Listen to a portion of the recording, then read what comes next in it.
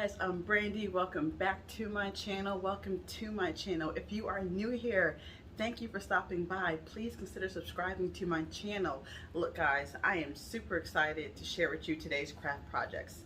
Let's jump right into it. Happy Sunday guys. What is going on? I hope everybody is doing well today on this hot Sunday.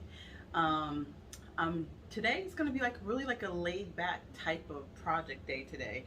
I am adding a new mug to my collection and to my website, to my Etsy store today, and I already have the design printed out, so I'm just going to weed it out. I'm going to do a sublimation mug, and I also have, between my Etsy shop and my website, I am doing the last order that I have of the weekend. Look, everyone who is purchasing from me, thank you so much for the support. Everybody who's sharing my product and my videos and recommending me, referring me, whatever you want to call it, to your friends.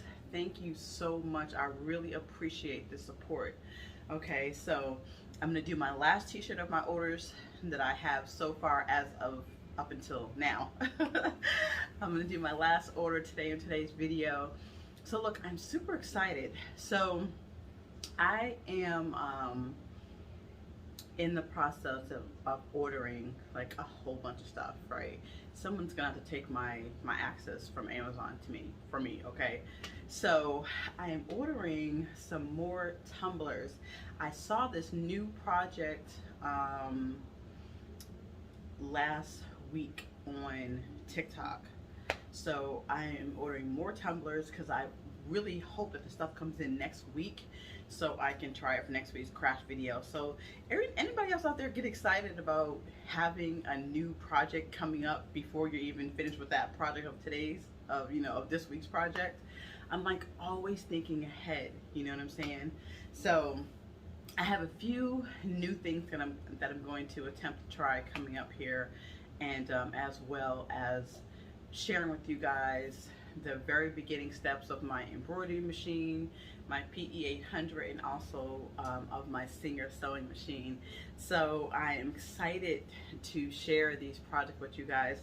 So right now I have my mug press heating up, and I don't know why I decided to sit next to it because I can feel the heat. I'm hot. So so I can do my shirt, so that will complete this weekend's orders, and then do my mug press. So has anybody else out there tried to create a project, like put together their own design for the Cricut mug press? Comment below, let me know how that's worked out for you guys, because I've planned on looking up some YouTube videos, because some of the mug press designs are like that Cricut Design Space has, they're like, they're okay.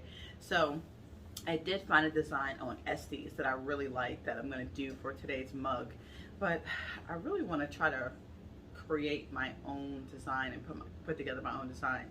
I just got to figure out how to do that. I did see that Etsy has templates for the Cricut mug press, so I'm going to assume that you can probably add your designs on there, but I'm definitely going to find out.